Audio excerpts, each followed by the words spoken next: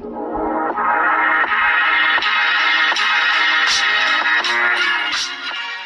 Students, question number 11 solve करते हैं। Exercise 6.5 का थोड़ा सा लेंथी क्वेश्चन है। 11 क्वेश्चन तो मैंने लिखा नहीं है, आपको स्क्रीन पे क्वेश्चन दिख रहा होगा स्टूडेंट्स। मैं रीडिंग कर रहा हूँ, आप देखिए क्वेश्चन को। A wire 10 meters long is cut into two parts.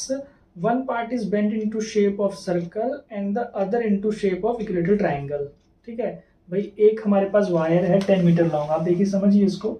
एक वायर हमारे पास 10 मीटर लॉन्ग है, इसके दो पार्ट में डिवाइड कर दिया। सपोज ए बी वायर है तो इसको दो पार्ट में, सपोज यहाँ से मैंने सी में इसको एक्स ले लिया और दूसरा पोर्शन आपको पता लग रहा है 10 माइनस एक्स हो जाएगा क्लियरली। ठीक है जी।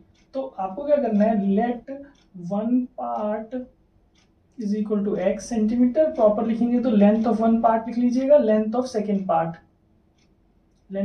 Part 10 minus x. Now one part is converted into, is bent into the shape of circle, कि भाई let AC is bent into circle। AC को हमने सर्कल की फॉर्म दे दी। तो आप समझिए कि भाई जो x था वो क्या चीज बनी, वो इसका सरकमफ्रेंस बन गया, पेरीमीटर बन गया। सरकमफ्रेंस क्या बन गया, x। तो जो इसका अगर मैं रेडियस r ले लूं तो यानी कि 2 पाई r x हो गया। तो r का वैल्यू यहाँ से x/2 पाई। ठीक है जी। दूसरा, जो दूसरा लेंथ है उसको इन्होंने बोला है कि इक्विलेटरल ट्राइंगल में शेप दे दी। भाई BC is bent into equilateral triangle. Equilateral triangle में सारी साइड्स इक्वल होती है ना जी।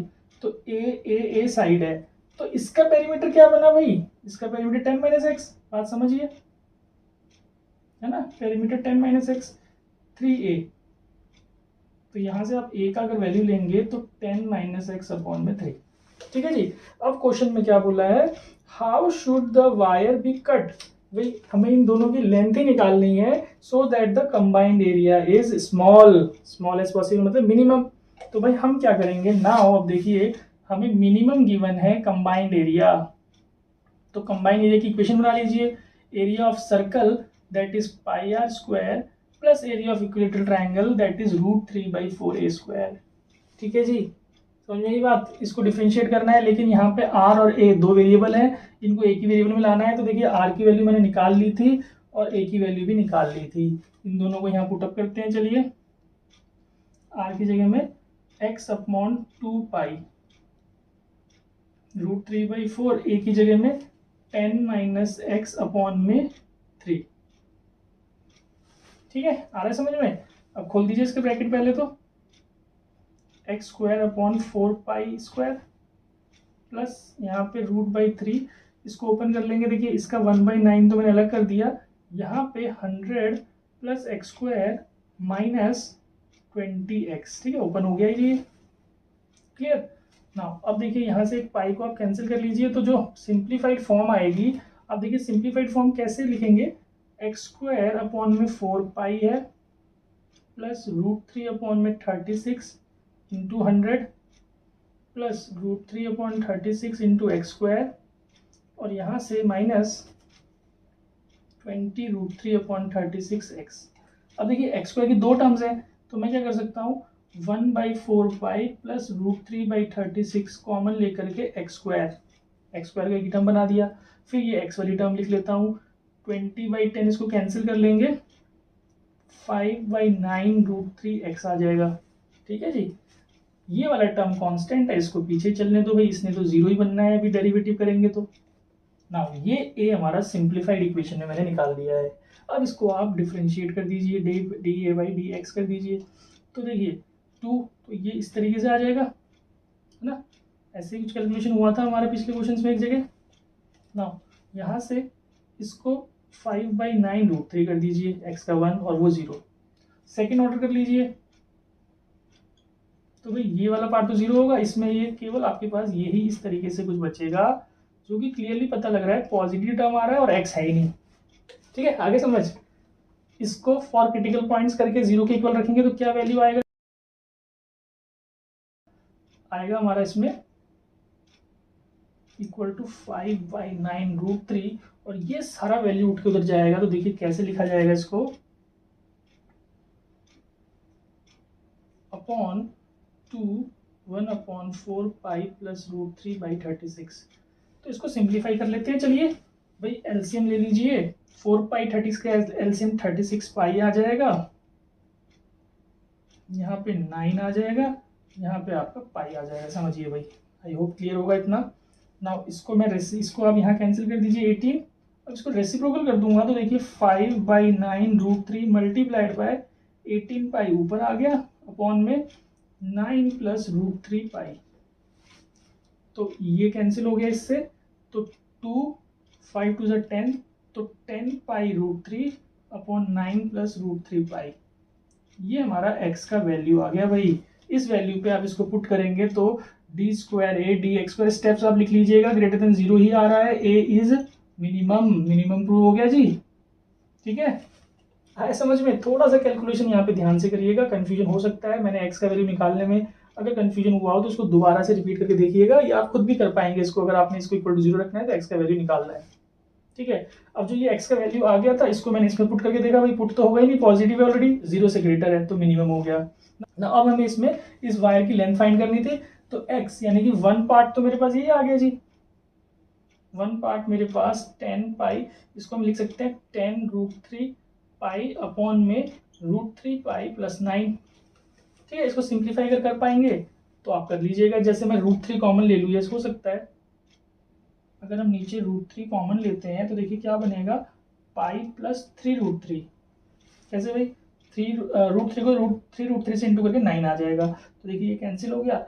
तो जो हमारा 10 पाई अपॉन इसको हम पाई प्लस 3 √3 या 3 √3 प्लस पाई भी लिख सकते हैं। तो ये 1 पार्ट आ गया जी मेरे पास। अब सेकंड पार्ट कैसे निकालूंगा भाई मैं? सेकंड पार्ट निकालने के लिए आप क्या करेंगे, सेकंड पार्ट 10 - x था, तो 10 में से आप माइनस कर दीजिए इस वैल्यू को, इसके नीचे 1 लगा के एलसीएम ले लीजिए।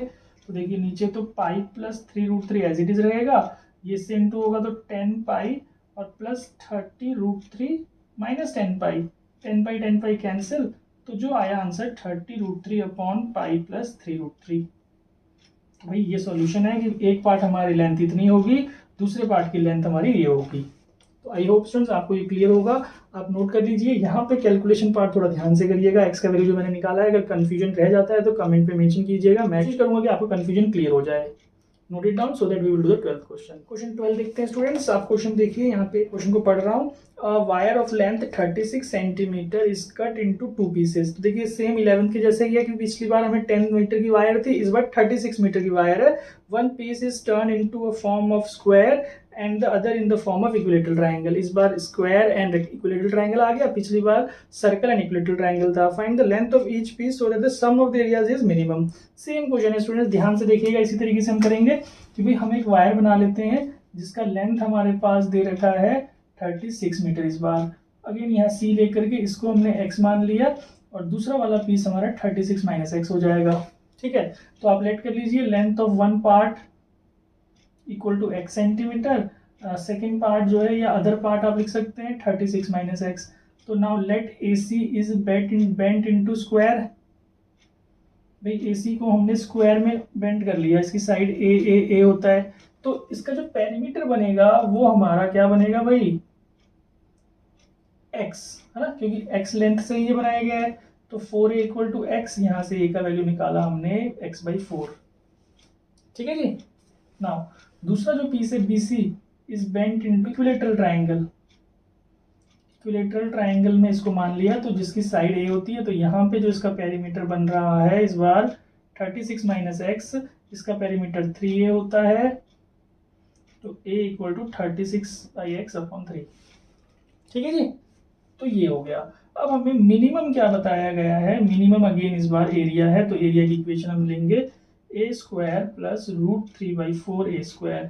अब यहाँ पे a अलग अलग, ध्यान दीजिएगा, ये वाले a को हम क्या करते हैं भाई, स्मॉल a, इस वाले को हम कैपिटल A ले लेते हैं ताकि कंफ्यूजन ना हो। तो भाई इस a में तो हमारे पास वैल्यू आ जाएगी x/4, x²/16 कर दिया डायरेक्टली मैंने, प्लस √3/4a² में ये वाली वैल्यू पुटअप कर दीजिए। तो इसके होल स्क्वायर को भी खोल लेते हैं स्टूडेंट्स। तो देखिए इस तरीके से इसका 1/9 बाहर आ जाएगा। अगेन 36 का स्क्वायर 1296 प्लस x² - 72x। ठीक है जी। ब्रैकेट खोल लेंगे तो जो मेरे पास ए की सिंप्लीफाइड इक्वेशन आएगी x²/16 प्लस यहाँ से मैं इसको एज इट इज रखूंगा √3/36 इंटू 1296। भाई इसको मैं कुछ करूंगा ही नहीं क्योंकि ये जीरो ही बन जाता है, हमें पता है। ये इसके साथ इंटू करेंगे तो √3/36x² और ये इधर इंटू करेंगे तो ये तो आपके पास देखिए क्या हो रहा है 36 2 हो जाएगा तो 2√3x। ठीक है भाई, क्लियर है। x² दो टर्म्स आ गई तो आप x² कॉमन लेंगे तो 1/16 प्लस √3/36x²। फिर आप x वाला टर्म लिख लीजिए और फिर जो विदाउट x है उसको लिख लीजिए। ये वैसे कट जाएगा 36 से, ये आ जाएगा। नाउ अब सिंप्लीफाइड इक्वेशन हमारे पास आ चुकी है a की, तो इसको डिफरेंशिएट करना है तो dA/dx कर देते हैं। ये हो जाएगा 2। आई होप स्टूडेंट्स आपने इतने क्वेश्चंस किए हैं तो अब आपको समझ में आ चुका होगा जो पूरा पैटर्न है। ये 0 सेकेंड ऑर्डर लगा दीजिए भाई, यही टर्म बचेगा हमारे पास। देखिए क्लियरली मिनिमम तो दिख ही रहा है हमें क्योंकि x तो हट गया, पॉजिटिव टर्म आ गई ना। फॉर क्रिटिकल पॉइंट इसको 0 के इक्वल रखेंगे तो 1/16 plus √3/36 2x is equal to 2/√3। देखिए स्टूडेंट्स आपका कैलकुलेशन अलग तरीके से हो सकता है, आप कर सकते हैं भाई x की वैल्यू किस तरीके से निकालना है, मैं इस तरीके से निकाल के दिखा रहा हूँ आप लोगों को। ठीक है, तो यहाँ से ये वैल्यू पूरी उठ के उधर जाएगी अपॉन में, तो देखिए क्या लिखेंगे भाई, इसको अपॉन में लिख लेते हैं पहले, आप लोग नेक्स्ट स्टेप में करिएगा। ये यहाँ से हट गया, ठीक राइट, x का वैल्यू आ गया। इसको सिंप्लीफाई कर लेते हैं, यहाँ पे 2 से तो ये 2 कैंसिल हो गया, एलसीएम ले लीजिए। 16 और 36 का एलसीएम कितना आ जाएगा भाई बताइए, तो आएगा 144, ये 9, यहाँ पे आ जाएगा 4√3। तो यानी ये x का वैल्यू जो आया 144√3 अपॉन में 9 प्लस 4√3। ठीक है जी। अब √3 हम अगेन कॉमन लेके कट कर सकते हैं, जैसे पिछले क्वेश्चन में हमने किया था। √3 मैं कॉमन लूंगा यहाँ से √3, तो ये जो मेरे पास बच जाएगा क्या 3√3 प्लस 4, ये √3 कैंसिल हो जाएगा। तो x का वैल्यू 144 अपॉन 3√3 प्लस 4 हम ऐसे लिख सकते हैं। ठीक है जी, x की इस वैल्यू पे मिनिमम तो आ ही रहा है ना। आपको लिख लेना भाई at x is equal to 144 upon 3√3 plus 4 d² dx² is greater than 0, a is minimum. ठीक है जी, तो फिर वन पार्ट क्या हो गया, लेंथ ऑफ वन पार्ट आप लिख लीजिएगा। लेंथ ऑफ वन पार्ट हमारे पास आ चुका है, दैट इज x का ये वैल्यू। तो लेंथ ऑफ सेकेंड पार्ट क्या होगा भाई, यानी कि वो हमें निकालना है किससे, 36 माइनस कर देना है इस वाली को, तो इसके नीचे 1 लगाएंगे, इसके नीचे 1 लगा के एलसीएम ले लीजिए। 3√3 प्लस 4 एज इट इज 36 3 108√3 और ये आपका आ जाएगा प्लस 144 माइनस 144। तो भाई जो लेंथ ऑफ सेकेंड पार्ट आया 108√3 3√3 प्लस 4। अगेन आप इसको √3 एलसीएम लेके कट कर सकते हैं, बट हम इसको ऐसे ही रहने देते हैं। So students, you must have noticed that the 11th and the 12th questions are little bit complicated as compared to the previous questions. But आप घबराइए मत, ये क्वेश्चंस इजीली होंगे, आप इनकी प्रैक्टिस कीजिए अच्छे से, बेसिक कॉन्सेप्ट को समझिए, तो आई होप आप लोग इसको कर पाएंगे अच्छे से। ना इसको नोट कर लीजिए, then we will move on to the 13th question.